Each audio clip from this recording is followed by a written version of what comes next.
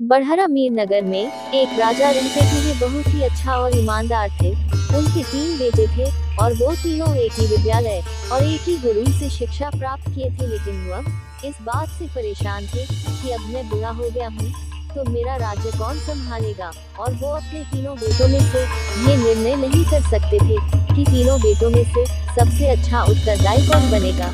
इसके लिए एक परीक्षा लेना पड़ेगा।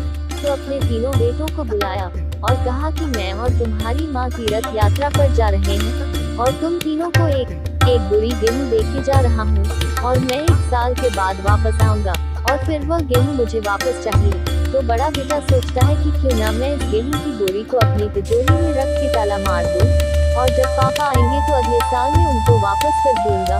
और दूसरा बेटा सोचता है कि क्यों ना मैं इस गेहूं को किसी खेतों में डलवा दूं ताकि जब पापा आएंगे तो उनको कम से कम 20 या 30 बोरी गेहूं दे सकूं। और तीसरा बेटा सोचता है कि क्यों ना मैं इस गेहूं को अच्छे उपजाऊ खेत में डालो और खूब मेहनत करके टाइम से खाद टाइम से पानी डालो ताकि पापा आएंगे तो अगले साल कम से कम 50 बोरी या 100 बोरी गेहूं उनको दे दूं। राजा साहब 3 साल के बाद वापस अपने महल में आते हैं और आते ही सबसे पहले अपने पहले बेटे से मिलते हैं और उनसे पूछते हैं कि गेहूं की बोरी मुझे वापस चाहिए थी। बेटा ने महाराज को अपनी तिजोरी के पास ले जाकर गेहूं को बोरी जब खोलता है तो पूरी गेहूं खराब हो गए थे।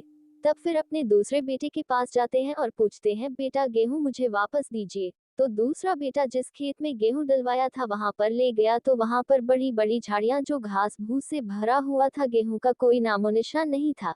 तब वह अपने तीसरी बेटी के पास जाते हैं और उनसे पूछते हैं कि बेटा मैं जो गेहूं की दी थी वह मुझे वापस चाहिए। तू बेटा ले महाराज जी को अपने खेतों में लेकर गया और महाराज जी खेत को देखकर काफी प्रसन्न हुए। खेत हर भरा था और गेहूं से लटपट था। तो महाराज जी का निर्णय अपने सबसे छोटे बेटे का उत्तरदायी बनने के लिए आज्ञा दी।